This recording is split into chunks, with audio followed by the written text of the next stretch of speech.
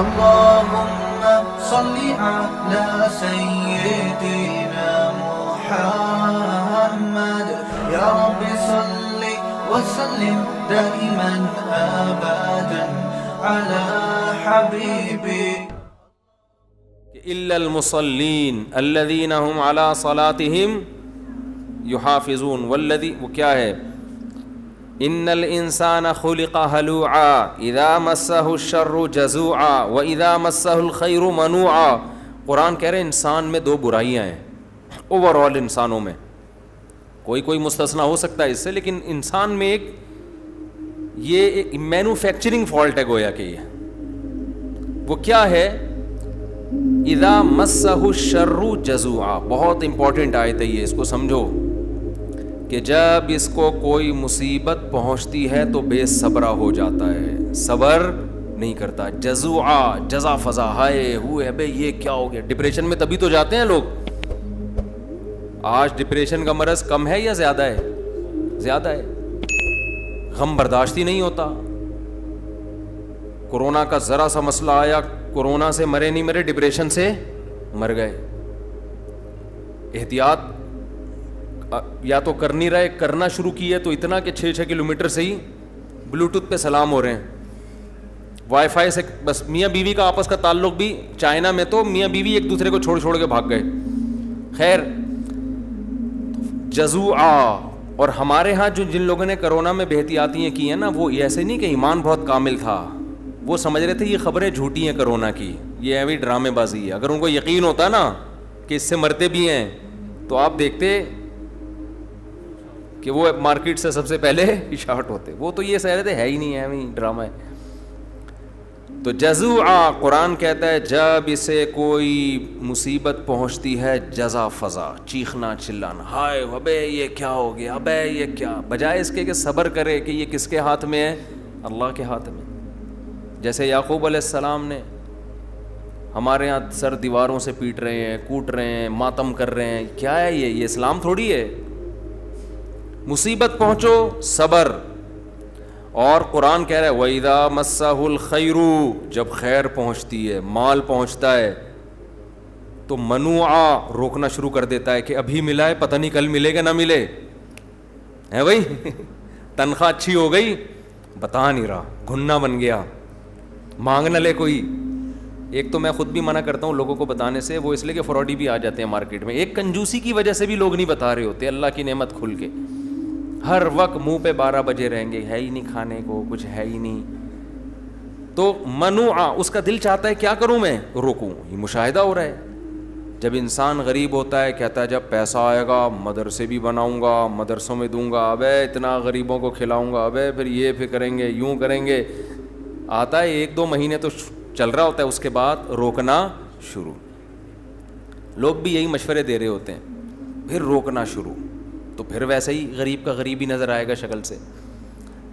تو قرآن کہتا ہے یہ 2 اخلاقی برائیاں ہیں, ہونا اس کے اپوزٹ چاہیے. مصیبت پہنچ رہی ہے, صبر کرو بھائی, اللہ ہے, وہ مصیبت دے بھی سکتا ہے اور دور کر بھی سکتا ہے. یعنی قرآن اصل میں یہ بتانا چاہ رہا ہے کہ جو ایمان والے ہیں وہ ایسے نہیں ہوتے, اور جب اللہ ان کو دیتا ہے تو کہتے ہیں اللہ نے دیا ہے نا تو خرچ کرو, جس اللہ نے دیا وہ دوبارہ بھی دے سکتا ہے, وہ کل بھی دے سکتا ہے.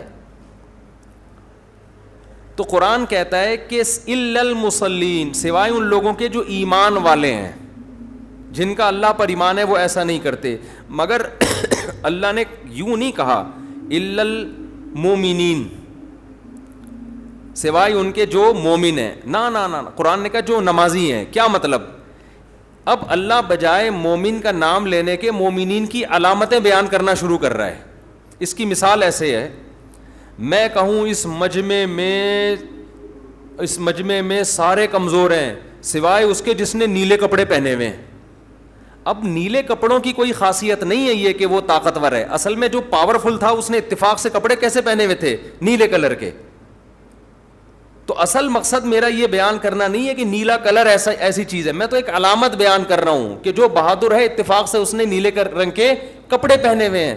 تو قرآن یہاں یہ کہنا چاہ رہا ہے کہ صبر کی طاقت اور جب اللہ پیسہ دے تو سخاوت یہ صرف مومن میں ہوتی ہے. لیکن قرآن مومن کا نام نہیں لے رہا. قرآن کہہ رہے ہیں سوائے نمازیوں کے اور وہ لوگ کے جن میں یہی علامتیں. کیا مطلب؟ جن میں یہ علامتیں نظر آئیں تو سمجھ لینا کہ وہی مسلمان ہے, باقی سارے غیر مسلم ہیں. گویا کہ یہ ہے. تو یہ تو گویا اللہ تعالیٰ علامتیں بتا کے بیان کر رہے ہیں کہ جن میں یہ علامتیں ہوں گی تو وہ مومن ہیں, جن میں یہ علامتیں نہیں ہیں وہ مومن نہیں ہیں. تو کیا علامتیں قرآن نے بیان کی؟ کیسی خاندانی علامتیں. الا المصلین, فرمایا وہ لوگ جزا فضا نہیں کرتے, بے صبرے نہیں ہوتے اور کنجوس نہیں ہوتے جو نمازی ہیں. اب بہت سے لوگ کہتے ہیں ہم نے تو بہت سے نمازی کنجوس دیکھے ہیں. اس اشکال کا جواب جو میں نے تفسیر کی ہے اس میں مل گیا. اصل میں نمازیوں کو ہائی لائٹ نہیں کیا جا رہا. نہیں ہے یار. دیکھو میں دوبارہ اس مثال کی طرف آتا ہوں. میں نے کہا اس مجمع میں جتنے لوگ ہیں بزدل ہیں سوائے اس کے جس نے نیلے کپڑے پہنے ہوئے ہیں. آپ نے باہر جا کے دیکھا ایک نیلے کپڑے والا باہر, وہ تو بڑا بزدل ہے. آپ نے کہا انہوں نے تو کہا تھا جس کے نیلے کپڑے ہیں وہ کیا ہے؟ بہادر. اب آپ سمجھے کہ جس کے بھی نیلے کپڑے ہوں گے وہ کیا ہوگا؟ بہادر ہوگا. او بھائی نیلے کپڑے میں بہادری نہیں چھپی ہوئی, وہ تو اس کی ایک علامت تھی کہ وہ نیلے کپڑے پہن کے آیا ہے, اس لیے میں نے ہائی لائٹ کر دیا. تو قرآن بھی کہہ رہا ہے کہ اصل میں جو کامل جس کا خدا پر ایمان ہوتا ہے نا, جو مانتا ہے کہ جو کچھ ہوتا ہے کس کی طرف سے ہوتا ہے؟ اللہ کی طرف سے. خدا پر جس کی نظر ہوتی ہے وہ جزا فضا بھی نہیں کرتا اور وہ کنجوس بھی نہیں ہوتا. باقی جو خدا پر ایمان رکھتا ہے تو اللہ ہم تو دلوں میں جھانک کے نہیں دیکھ سکتے کہ ایمان کون رکھتا ہے. تو اللہ کہتے ہیں علامات سے بتا دیتا ہوں, جس کو دیکھو نمازوں کی پابندی کر رہا ہے اور یہی علامتیں اس کے اندر ہیں تو اس سے اندازہ لگا لینا وہ کیا ہے؟ مومن ہے. اب اگر کوئی نماز کی پابندی کرے اور دل میں اس کے پکا ایمان نہ ہو تو یہ نماز کا قصور نہیں ہے, یہ اس کا اپنا قصور ہے, یہ اس کا اپنا قصور. جیسے فوج میں اکثر جو لوگ ہوتے ہیں بہادر ہوتے ہیں, بزدل آدمی کو فوج میں نہیں رکھا جاتا, کچھ ٹیسٹ لیے جاتے ہیں نا. آج میں جہاز میں آ رہے تھے, ایک فوجی میرے ساتھ بیٹھے ہوئے تھے, میں نے ان سے گپ شپ شروع کر دی, آج نہیں چند دن پہلے. تو وہ میں نے گپ شپ شروع کر دی تو وہ میں نے کہا سلیکٹ کیسے کن کن وجوہات کی بیس پہ بندہ سلیکشن سے رہ جاتا ہے. تو اس میں ایک وجہ یہ بھی تھی کہ بندہ ہی نہ ہو. ٹھیک ہے نا, بندہ کیا ہو؟ بندہ ہی نہ ہو. تو ظاہر ہے کچھ تو اب شب برات کا پٹاخہ پھٹا اور جناب وہی والا قصہ ایک زمانے میں نا, وہ پھر قصے لمبے ہو جاتے ہیں, جلدی فارورڈ کر کے وہ چلا دیتا ہوں میں. وہ ایک انگریز جو ہے نا یار, پھر وہ بھی سن رہے ہوتے ہیں دوسرے مذہب والے بھی, پھر وہ بولتے ہیں ہمارا مذاق اڑا رہے ہیں, رہنے دو. خیر, تو میں نے کہا کہ یار جو وردی میں آپ کہوں گے بھائی بہادر کون لوگ ہوتے ہیں, تو میں مثال دے رہا ہوں یار, جن کے اس طرح کی وردی ہو, ڈریس ہو, تو وہ کیا ہوتے ہیں؟ بہادر. تو اصل میں وہ اس لیے نہیں کہ وردی ہے, اس لیے کہ وہ آرمی میں ہے, ان کی سلیکشن کے وقت یہ چیز دیکھی گئی ہے. اب آپ نے دیکھا ایک آدمی وردی پہن کے, آرمی کی وردی پہن کے گھوم رہا ہے, وہ ہے نہیں فوج میں, ویسے ہی ابا کی وردی اس نے پہن کے گھوم رہا ہے, اور بزدل چھپکلی دیکھ کے بے ہوش. دوسری شادی کا کہیں بیان سنا اور خوف کی وجہ سے بے ہوش. آپ نے کہا مفتی صاحب نے کہا جو وردی والے ہیں وہ تو بہادر ہوتے ہیں, یہ تو وردی میں تھا مگر بہادر نہیں ہے. تو میں کہوں گا بھائی یہ وردی اصل میں ایک علامت تھی اس بات کی کہ یہ بندہ فوج میں ہے, اور جو فوج میں ہوتا ہے اس میں یہ دیکھا جاتا ہے کہ بزدل آدمی کو نہیں رکھا جاتا. تو یہ وردی تو ایک علامت کے طور پہ میں نے بیان کیا. ایسا ہو نہیں سکتا فوج میں اور وردی نہ پہنتا ہو. اب یہ نہیں کہ کوئی بھی مکھن چوٹ کے وردی پہن لے تو ہم اس کو وہ سارے بینیفٹس دینا شروع کر دیں. تو قرآن نمازی کی جو بیان کر رہا ہے نا کہ نمازی کنجوس نہیں ہوتا اور نمازی میں بے صبری نہیں ہوتی, تو قرآن اصل میں نمازی کی صفات نہیں بیان کر رہا, قرآن اصل میں اہل ایمان کی صفات بیان کر رہا ہے. لیکن اہل ایمان اور نماز چونکہ ایک دوسرے کا لازمی جزو ہے, جیسے فوج اور وردی ایک دوسرے کا لازمی جزو, تو علامت سے بات جلدی سمجھ میں آ جاتی ہے. کیونکہ ہم کس کا کارڈ نکال کے دیکھیں گے یہ فوج میں ہے یا نہیں ہے. بھئی علامت ہے وردی ہے تو فوج میں ہے, وردی نہیں ہے تو فوج میں نہیں ہے. تو نمازی ہے تو مسلمان ہے, نمازی نہیں ہے تو مومن نہیں ہے. تو اب ہم جیسے لوگ جو نماز میں آ جاتے ہیں وہ نماز پڑھ رہے ہیں روٹین کی.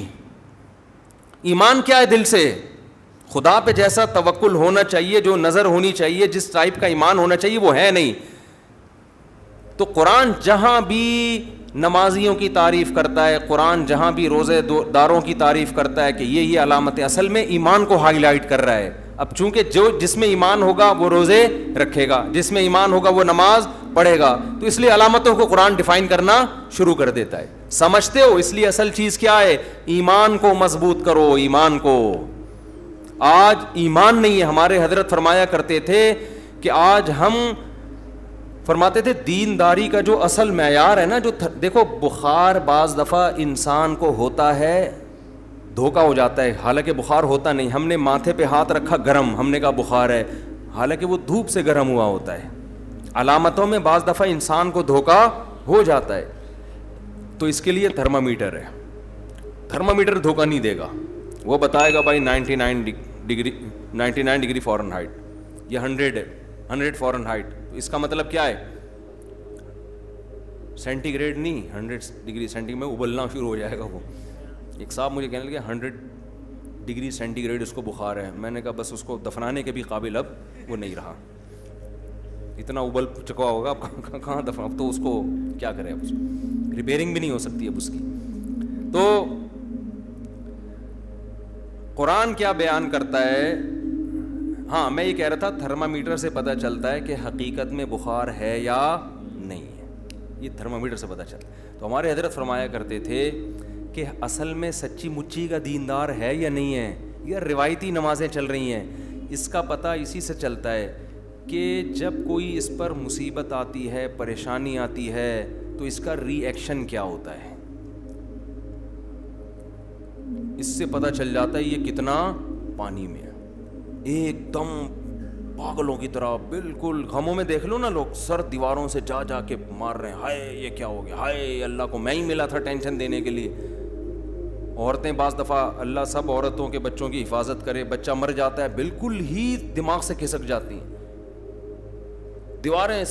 دیوار سے سر جا کے ماں میرا بچہ, میرا بھائی مسافر خانہ ہے یار, برداشت کرو جتنا اللہ کی توفیق دے.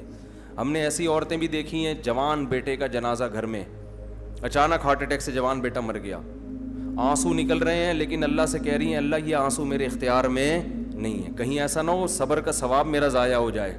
ایسی ہم نے اپنی زندگی میں دیکھی ہیں مائیں, روتے ہوئے ڈر رہی ہیں اللہ صبر کا ثواب تو نہیں ضائع ہو جائے گا اس سے. ان کو علماء مسئلہ بتا رہے نہیں جی رو لو, اس سے ثواب ضائع نہیں ہوگا. لیکن چیخنا چلا کے رونا جائز نہیں ہے.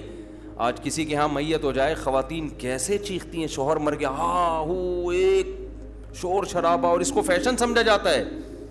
اگر کوئی بیچاری آہستہ آہستہ رو رہی ہے, دوسری عورتیں کہتی ہیں دیکھو یہ تو عمل سے لگ رہا ہے انتظار میں تھی کہ کب مرے. یہ شو بازیاں چل رہی ہیں. باپ کا انتقال ہو گیا, بیٹا آرام سے رو رہا ہے, ابے ان کو تو لگتا ہے غم ہی نہیں ہے, یہ تو دیکھو یہ تو بالکل نارمل, ایک آدھ آنسو وہ تو ویسے ہی انسان ٹپکا دیتا ہے. اور جو چیخ رہا ہے نا اچھل اچھل کے ہاں ہاں کہتے ہیں, یہ ہے اصل باپ سے محبت کرنے والا. تو یہ فیشن بن چکا ہے میتوں پہ رونا, آ کے پھر رلانا, یہ بھی ہے. اچھا بھلا وہ لوگ چپ کر کے بیٹھے ہوئے ہیں نا میت والے, آپ کے باہر سے کوئی رشتہ دار آئیں گے, دوبارہ سے وہیں سے جہاں سے پروگرام ختم ہوا شروع ہوا تھا نا, وہیں سے دوبارہ سے شروع ہو جائے گا. تو جو آتا ہے پھر وہ ایک نئی کہانی شروع کر دیتا ہے. عید کے دن اکثر لوگ کیا کرتے ہیں, کسی کے ہاں میت ہوئی ہو نا تو پہلی عید میں جا کے اس کو رلاتے ہیں جا کے, یہ بھی غلط ہے. عید کا دن تو خوشی کا دن ہے. ہاں یہ ایک نیچرل ہے کہ عید کے دن آپ کے کوئی قریبی عزیز اگر پچھلی عید میں آپ کے ساتھ تھے, اس عید کو نہیں ہے, تو لاشعوری طور پر غم, کیونکہ یہ تو ایک ایسا غم ہے ہم نے خود بھگتا ہوا ہے. ہمارے والد صاحب تو عید کے دن بڑا زبردست انتظام کرتے تھے, رمضان پورا ہمارا ان کے ساتھ گزرتا. تو جب پہلی عید ہماری زندگی میں آئی نا والد صاحب کے بغیر, تو وہ مجھے یاد ہے کہ وہ دن ہم پہ بڑا بھاری گزرا.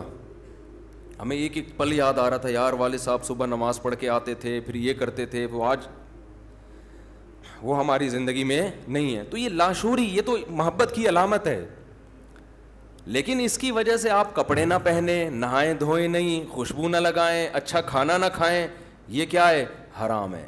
جو غم نیچرل ہے وہ غم ہوگا, اور اس پہ اللہ خوش بھی ہوتا ہے. اگر اتنا بھی غم نہیں ہو رہا کہ آپ کی عید کے دن آپ کو اپنی ماں یاد ہی نہیں آ رہی,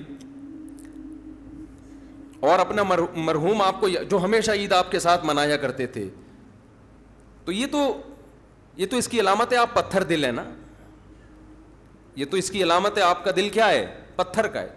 تو جو غم خود بخود ہو رہا ہے وہ نیچرل ہے, سوچ سوچ کے اس غم منانے کی آپ کو عید کے دن اجازت نہیں ہے, کیونکہ غم کا دن نہیں ہے, یہ کس کا دن ہے, خوشی کا دن ہے.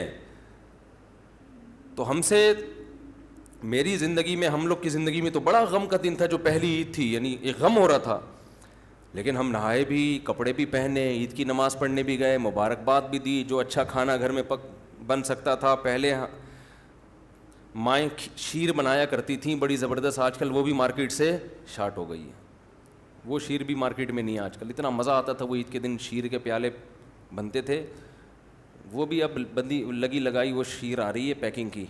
خیر اب کیا دکھڑے لے کے بیٹھے ہم. تو جو خود بخود غم ہو رہا ہے وہ ٹھیک ہے, عید کے دن غم پراپر طریقے سے منانا یہ کیا ہے, یہ غلط ہے. اب رشتہ دار آ کے آپ کو چھیڑ رہے ہیں نا کہ رو, ٹھیک ہے نا, رو, تو یہ ٹھیک نہیں ہے. خیر میں کہاں سے کہاں بات چلی گئی. تو قرآن کہتا ہے اذا مسہ الشر جزوعا واذا مسہ الخیر منوعا. تو خوشی میں اترانا نہیں ہے, بہت پیسہ آ گیا, ابھی غریب تھے اچانک پیسہ آ گیا تو بالکل کالر ہی نیچے نہیں ہو رہا. نیا نیا پیسہ آتا ہے نا آدمی کے پاس, شو مار رہا ہوتا ہے باتوں باتوں میں جا کے, تو پتہ چل جاتا ہے یہ اس کی اوقات تھی نہیں لیکن اس کے پاس آ گیا ہے. اچھا دوسروں کو جو چڑ ہوتی ہے نا, یہ بھی اس کی علامت ہے, یہ ان کی بھی اوقات ہے نہیں, وہ بھی چڑ کر رہے ہوتے ہیں. اس کی سائیکل پہ گھومتا تھا, لینڈ کروزر پہ گھوم رہا ہے, گھومنے تو لینڈ کروزر, ہیلی کاپٹر پہ گھوم جائے, تمہیں کیا مسئلہ ہو رہا ہے تمہارے ساتھ.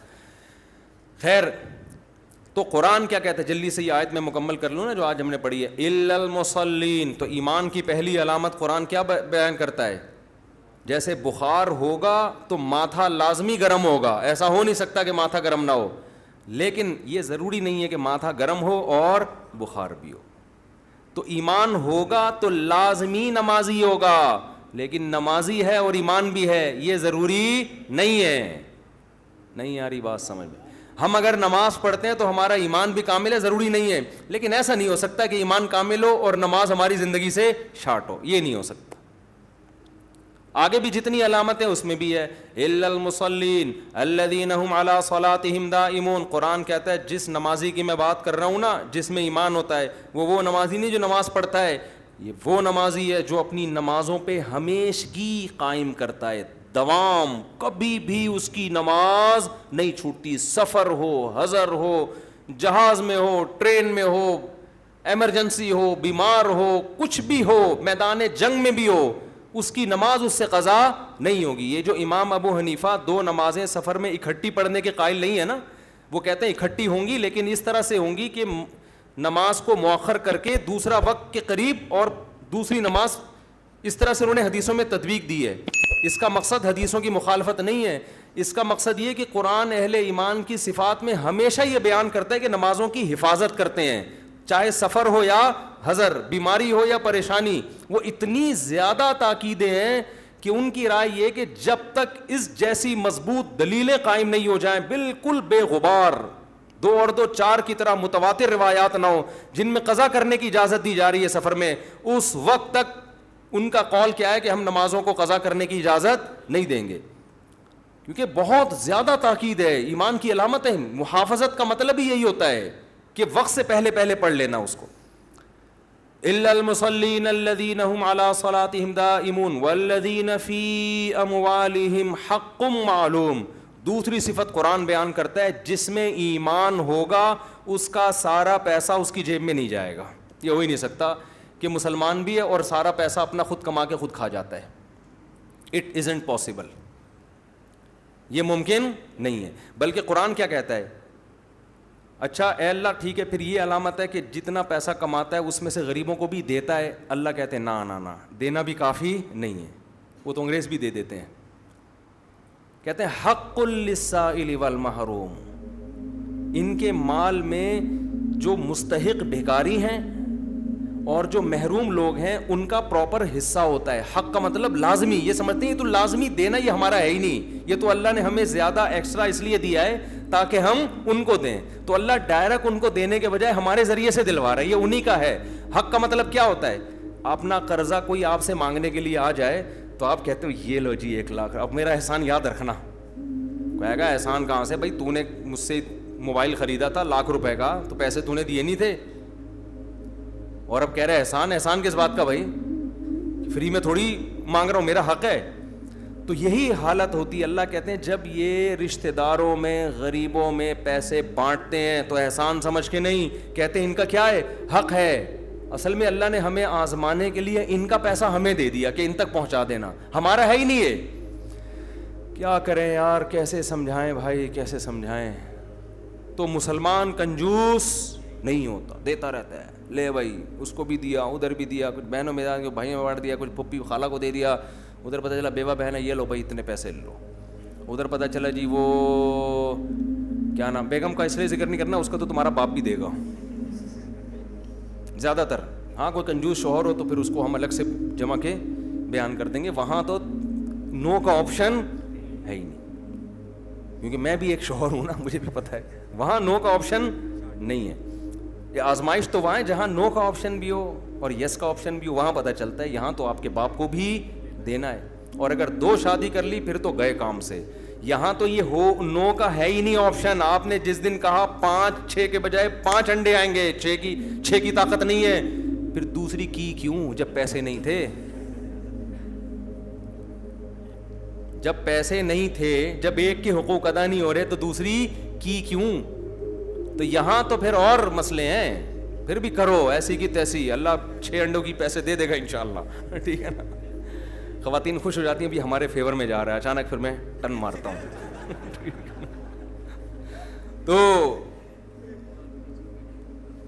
لیکن اگر کوئی کنجوس آدمی ہے تو اپنی بیوی پہ بھی میرے بھائی دل کھول کے خرچ کرے, کیونکہ نبی صلی اللہ علیہ وسلم نے فرمایا سب سے افضل صدقہ وہ ہے جو اپنی زوجہ کو کھلاتے ہو. اس لیے کہ وہ بھی کسی کی بیٹی ہے, گھر بار چھوڑ کے تمہارے گھر میں آئی ہے, اور تم بھی تو چاہتے ہو نا تمہارا داماد تمہاری بیٹی کو کھلایا کرے, یا وہ ترسا کے دے اس کو. تم جیسے چاہتے ہو تو اپنی بیوی کو بھی کھل کے کھلایا کرو. یہ رواج ڈالو, مرد کھلاتا ہوا اچھا لگتا ہے, لیکن عورتیں کھاتی بھی اچھی نہیں لگتی, کیونکہ وزن بڑھ جاتا ہے ان کا. تو کہاں سے کہاں بات چلی گئی یار, ایک تو کیا بات ہوئی تھی. تو قرآن کہتا ہے کہ ان کے مال میں حق ہے, بھکاریوں کا بھی حق اور محروم کا بھی حق ہے. بھکاری سے مراد پروفیشنل بھکاری نہیں ہے, خوب سمجھ لیں, جو واقعی مجبور ہو, بیچارہ مجبوری میں مانگ رہا ہو آپ سے آ کے. وفی اموالہم حق للسائل والمحروم والذین, وہ کیا ہے بھائی, آج ہی پڑھی ہے ہم نے, والذین هم علی صلاتہم دائمون والذین هم لفروجہم حافظون.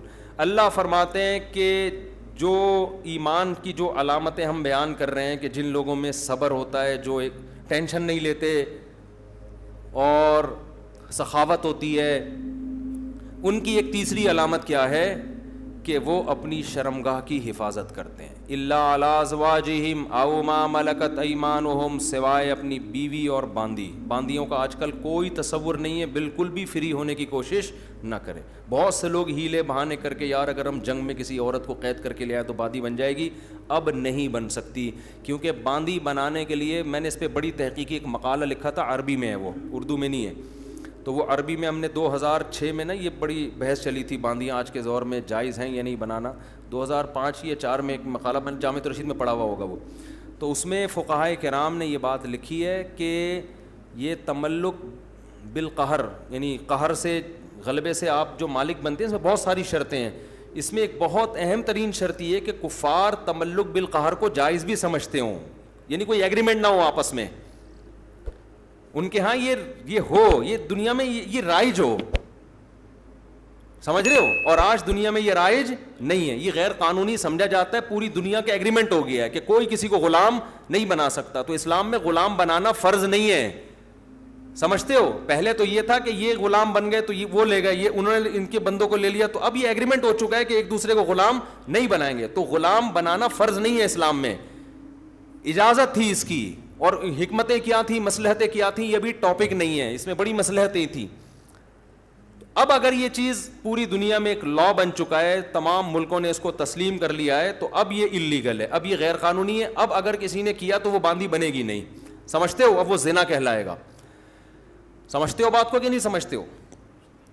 بعض لوگ کہتے ہیں کہ اسلام میں ایک چیز جائز تھی تو کون پابندی لگا سکتے ہیں، اسلام میں فرض واجب نہیں تھی، اور اگر ترغیبی بھی ہوتی نا تو ترغیب بھی غلاموں کو آزاد کرنے کی ہے، غلام بنانے کی کہیں بھی ترغیب نہیں ہے. آزاد کرنے کی تو بہت ہے کہ اسلام نام ہے غلام آزاد کرنے کا، قرآن کہتا ہے، اور قسم کے کفارے میں غلام کو آزاد کروایا جا رہا ہے، اور قتل ہو گیا آپ سے غلطی سے تو غلام آزاد کرو. تو آزاد کرنے کا تو ہمیں ملتا ہے، بنانے کی کوئی ترغیب نہیں ملتی. اب وہ کیا وجوہات سے اسلام نے اجازت دی تھی وہ ابھی ٹاپک نہیں ہے، بہت لمبی بحث ہو جائے گی.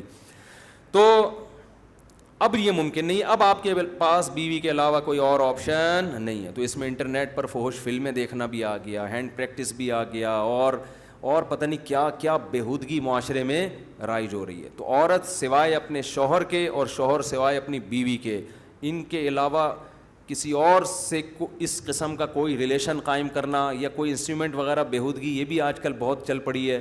یہ تمام چیزیں اسلام نے حرام قرار دے دی ہیں. تو صرف اس ایک دوسرے سے لطف اندوز ہو سکتے ہیں، اس کے علاوہ اور کوئی راستہ نہیں ہے. قرآن کہہ رہے ہیں ہاں یہ لوگ قابل ملامت نہیں ہیں. تو آپ نکاح کریں، 4 بیویاں رکھیں اپنے خرچے پہ، قابل ملامت نہیں ہیں. اور اگر برے راستے کی طرف گئے تو یہ قابل ملامت ہے. اور پھر قرآن کہتا ہے فمن ابتغى وراء ذلك فاولئك هم العادون والذین هم لاماناتهم وعهدهم راعون. موسٹ امپورٹنٹ شرط اللہ کہتے ہیں جو میں نے بتایا نا، ایمان والے صبر بھی کرتے ہیں، تو ان کی ایک اور لازمی علامت کہ جہاں ایمان ہوگا یہ چیز لازمی ہوگی، یہ اپنی امانتوں اور معاہدوں کی پابندی کرتے ہیں. زبان کے کیا ہوتے ہیں؟ 1 نمبر، گولی باز نہیں ہوتے. یہ چیز بھی آج کیا چل رہی ہے؟ شارٹ. داڑھی والا بھی ٹوپی کرا رہا ہوگا، نمازی بھی کرا رہا ہوگا، اور آپ کسی سے کوئی وعدہ کر لیں کہ میں تمہیں اتنے دن کے بعد پیسے دے دوں گا، سوال ہی پیدا نہیں ہوتی آپ دے دیں. آپ نے جب کرائے مالک مکان سے ایگریمنٹ کیا، اکثر ایگریمنٹ ہوتا ہے کم از کم 5 تاریخ تک کرایہ مل جانا چاہیے. میرا خیال ہے 99% لوگ 5 تاریخ تک کرایہ نہیں دیتے. پاکستان میں تو نہیں دیتے. مالک مکان فون کرتا ہے، سائلنٹ پہ رکھ لیا فون، نمبر آف کر دیا، اٹھا نہیں رہے، 10 15 دن. بھائی بول دیا نا جب پیسے آئیں گے تو دے دوں گا، کہ بھاگے جا رہا ہوں میں. سوال پیدا ہو رہا ہے کہ وہ آپ کو یاد دلا کیوں رہا ہے؟ ایگریمنٹ آپ نے کیا تھا، جب اس نے گھر آپ کو دے دیا. میں اکثر کرایہ داروں کے حقوق پر بیان نہیں کرتا، مالک مکانوں کے حقوق پر بیان کرتا ہوں، حالانکہ میں خود کرایہ دار ہوں، مالک مکان نہیں ہوں. نہیں یہی بات. اکثر لوگ نا لینڈ لارڈ کو ظالم سمجھتے ہیں. اس کی میں ایک مثال دیتا ہوں. جس کو بھی لوگ دیکھتے ہیں نا کہ وہ خوشحال ہے، اس کو مظلوم سمجھتے ہیں، اس کو ظالم سمجھتے ہیں، اور جس کو سمجھتے ہیں قسم پرسی میں غربت میں، اس کو ہمیشہ مظلوم سمجھتے ہیں. یہ ہماری قوم کی نیچر ہے. ایک مثال دیتا ہوں. بائک والا جب بھی ٹکرا کے نہ گرے گا، چاہے خود سے جان کر غلطی کر رہا ہو، آ رہا ہے بیچ روڈ پہ زگ زیگ چلاتے ہوئے، ٹرک کے بیچ میں آ کے دھاڑ گڑ کے مار دی، پٹے گا کون؟ ٹرک والا، جس کا اتنا سا بھی قصور نہیں ہوگا. آپ دیکھ لو بائکوں والوں کو کیسے چلا رہے ہوتے ہیں، بیچ روڈ پہ اپنی بیوی، بچے، اماں، چاچی، مامی، اور پھر اگلے بچے وہ ادھر ٹینکی پہ، اور بیچ روڈ پہ چلا رہا ہے. تو سائڈ پہ نہیں چلا سکتا اتنے خاندان کو لے کے؟ مجھے تو غصہ آتا ہے نا. تو پھر ہارن دے رہے، ہٹ نہیں رہا. پھر آپ جب سائڈ سے نکال رہے ہیں تو ہارن دے کے اور اسی سائڈ پہ آ گیا، بجائے ادھر آ گیا آپ کے نیچے. بیچاری کوئی خاتون تھیں، وہ بھی نیچے پڑی ہوئی ہیں، بچے بھی پڑے ہوئے ہیں. پٹ کون رہا ہے؟ وہ لینڈ کروزر والا پٹ رہا ہے یا ٹرک والا پٹ رہا ہے. رکشا جب بھی ایکسیڈنٹ ہوگا، رکشے والے کو کوئی کچھ بھی، یہ نیچر ہے لوگوں کی. آپ لینڈ کروزر میں جا رہے ہیں، آپ کے ساتھ گارڈ ہیں، آپ کے ساتھ یہ وہ بڑی احتیاط سے ڈرائیونگ کر رہے ہیں آپ، رکشہ والا ایک دم لے کے آیا اور ٹھک گیا، پٹے گا کون؟ میں ایک دفعہ ریوو میں جا رہا تھا، میرے ساتھ گارڈ بھی بیٹھے ہوئے تھے. مجھے شوق ہے اکثر خود ڈرائیونگ کرنے کا، چاہے کسی اور کی گاڑی بھی ہو. تو لوگ کہہ رہے ہوتے ہیں یہ دیکھو لینڈ کروزر میں جا رہے ہیں، ایسی ایسی گاڑی ہے. آپ کو کیا پتہ یہ میری گاڑی ہے، کسی سے ادھار لی ہوئی ہے بھائی ہم نے. یہ بھی ہو سکتا ہے ہماری ہو، یہ بھی ہو سکتا ہے یہ زکوٰۃ کی گاڑی ہو، کسی نے ہم کو کہا ہے کسی غریب کو جا کے دے دو. اور اگر ہماری بھی ہے تو آپ کو کیا تکلیف ہے بھائی؟ لوگ کہتے ہیں مولویوں کو دیکھو ادھر بیانات میں دنیا مسافر ہیں. اور میری جو ریوو کی ڈرائیونگ کی ایک ویڈیو یوٹیوب پہ پڑی ہوئی ہے نا, بڑی شو بازی والی, جیسے چلتے ہوئے آ رہے ہیں جیسے کوئی شوٹنگ کے لیے جا رہے ہیں اور بیٹھ رہے ہیں, اور یہ میں نے نہیں بنائی, یہ لوگ چھپ چھپ کے بنا کے یوٹیوب پہ ڈال دیتے ہیں, ورنہ یہ چھچور پنا مجھے ذرا سا بھی اچھا نہیں لگتا. لوگوں نے کہا مفتی صاحب آپ کیا کر رہے ہو, آپ کے شوٹنگ کے لیے جا رہے ہو, آپ یہ کیا ڈرامے بازی. اپنے قریبی دوستوں نے, میں نے کہا بھائی ہمیں تو پتہ بھی نہیں تھا کہ ایسے ویڈیو بن رہی ہے. مجھے تو ابھی یہ اکثر رمضان پروگرام میں ہمارے دوست نے کہا کہ آپ نماز پڑھیں اور یوں ایسے رکوع میں نے ویڈیو بنا. میں نے کہا اللہ کا واسطہ معاف کر دو یار, ہم نماز پڑھ رہے ہیں. یہ ڈرامے کیا ہو رہے ہوتے ہیں دیکھو کیمرے میں دکھانے کے لیے, نماز خشوع خضوع سے رکوع میں جا رہے ہیں, کیمرے والا چلا گیا, وہیں سے آپ اپنے گھر چلے گئے. چلو جی.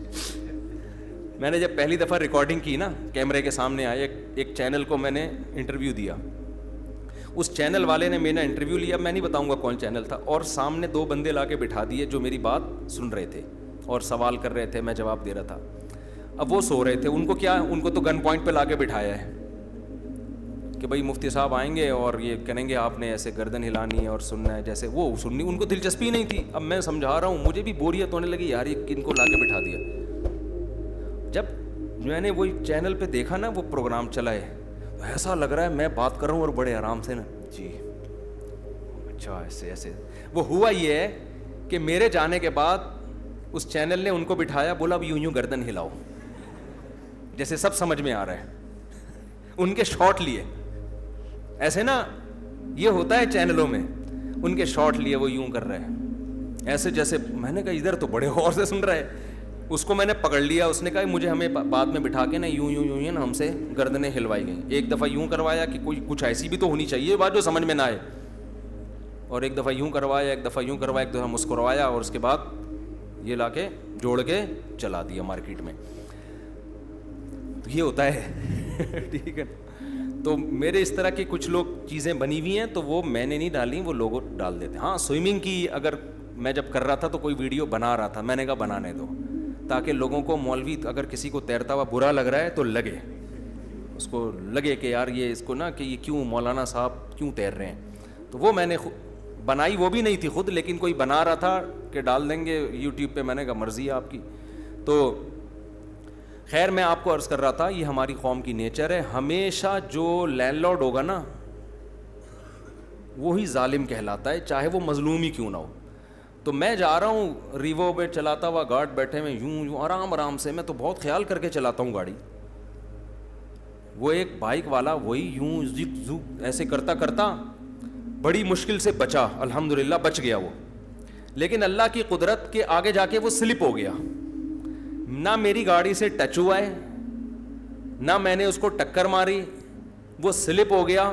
پیچھے سے 2-3 بائکوں والے آئے بھاگتے ہوئے نا مجھے پکڑنے کے لیے کہ اس نے مارا. خام خمیں کوئی آپ کے پاس ثبوت نہیں ہے کہ یہ گرا کیوں ہے. اچھا وہ اس کو بہت زیادہ کوئی چوٹیں بھی نہیں لگی تھیں, اپنی حماقت سے گرا ہے وہ. تو بائکوں پہ نا آ گئے, اب جیسے ہی قریب آئے وہ روکو گاڑی, پیچھے سے آوازیں دے رہے ہیں. میں نے آہستہ کر لی, قریب آ کے کھڑے ہو کے دیکھا کہ میں ہوں, مجھے پہچان گئے وہ. اب نہ وہ جو ان کا غصہ تھا, اب وہ سمجھ میں نہیں آ رہا ہم غصہ نکالیں تو کیسے نکالیں, بیان آ جائے گا ہمارے خلاف, اور اگر نہیں نکالیں تو ایک دم غصہ پینا بھی بہت مشکل کام ہوتا ہے نا.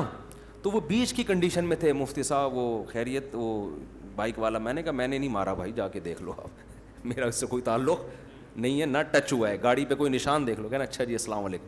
میں نے کہا اگر ہم مفتی صاحب نہ ہوتے تو آج طبیعت سے پٹ چکے ہوتے. صحیح بات. اور پیچھے یہ گارڈ وارڈ بھی بیٹھے ہوئے تھے, اس لیے وہ اس سے بھی تھوڑا ڈر گئے, ورنہ آج مفتی صاحب کے 2-4 پرزے مارکیٹ سے شارٹ ہونے تھے. گھر آتے ٹنڈے پنڈے بنے ہوئے ہوتے, اور اللہ گاڑی کو آگ لگی ہوئی ہوتی ہے, پتہ نہیں کیا ہوتا. اور وہ تو چلو بچ گیا, اگر وہ مر جاتا تو کیا ہوتا, FIR کٹ جاتی ہیں. تو خدا کے بندو ہوش کے ناخن لیا کرو, دیکھا کرو غلطی کس کی ہے. تو اسی طرح کرایہ دار نا گھنے بن جاتے ہیں, اور آ کے یہ دیکھو اتنا ظالم مالک مکان ہے, کلر کر کے نہیں دیتا, نل کے ٹھیک نہیں کرتا. تم ہر 2 دن کے بعد نلکوں کی تم نے واٹ لگائی ہوئی ہوتی ہے یار. اپنے گھر کے نل کے تم کیسے استعمال کرتے ہو, کرایہ دار کے نل کے کیسے, دیواروں کی واٹ لگا دیتے ہیں کرایہ دار. آپ پورا کلر کر کے دو, حشر دیکھو 2 دن میں کیا کر کے دیتے ہیں اس کا. تو اس لیے میرا تو نظریہ ہے دو ہی نہیں کرائے پہ گھر اتنا تم کرایہ نہیں لوگے جتنی تمہارے گھر کی ریپیئرنگ میں خرچہ آ جائے گا. لیکن بہرحال مجبوری ہوتی ہے لوگوں کی. تو اب جب کرایہ دار کو گھر دے دیا ہے تو بھائی آپ کا ایگریمنٹ ہوا ہے 5 تاریخ کا, آپ کیا کرو احتیاطاً 1 تاریخ کو دے دو. آپ اچھا امیج اپنا قائم کرو. آئندہ کہیں جاؤ نا, کرایہ دار مالک مکان رو رہا ہو یار اتنا اچھا کرایہ دار تھا, یہ مجھ سے روٹھ کے نہ جائے. میں اپنی تعریفیں کرتا نہیں ہوں لیکن آج کل بہت کرنے لگا ہوں. الحمدللہ میں جب بھی کوئی کرایہ کا گھر خالی کرتا ہوں تو مالک مکان کو اب تک کی رپورٹ کے مطابق خوشی ہوئی نہیں ہے. ان کو ڈر ہوتا ہے کوئی دوسرا بندہ آ کے پتہ نہیں کرایہ کھا جائے کیا کر لے. اور میں ایسا بھی کر لیتا ہوں, اگر میرے پاس پیسے زیادہ آ گئے تو میں 2 مہینے کا ایڈوانس میں دے دیتا ہوں کرایہ, کہ یار ہماری جان چھوٹے گی یار, 3 مہینے کا لے لو, 4 مہینے کا, جان چھوٹ جائے ہماری, کیونکہ ہم نے دینے تو ہیں آج نہیں تو کل دینے. لیکن آپ اتنے نیک نہ بنیں, آپ ٹائم پہ دے دیا کریں بس. تو قرآن کیا کہہ رہا ہے, والذین هم لاماناتہم وعہدہم راعون. لوگ کہتے ہیں مفتی صاحب ادھر ادھر کی باتیں بہت کرتے ہیں. میں اگر ان آیتوں کو آج کے حالات کے لحاظ سے ڈیفائن نہ کروں تو یہ آیتوں تو 1400 سال سے پڑھی جا رہی ہیں, آپ بھی سن رہے ہوگے. جب تک آج کے حالات پہ فٹ نہیں کریں گے تو سمجھ میں آئیں گی نہیں. یہ مثالیں ادھر ادھر کی نہیں ہوتی, یہ قرآن کو سمجھانے کے لیے ہوتی ہیں. تو قرآن کہہ رہا ہے والذین هم لاماناتہم وعہدہم راعون. ایگریمنٹ کی کیا کرتے ہیں, پابندی.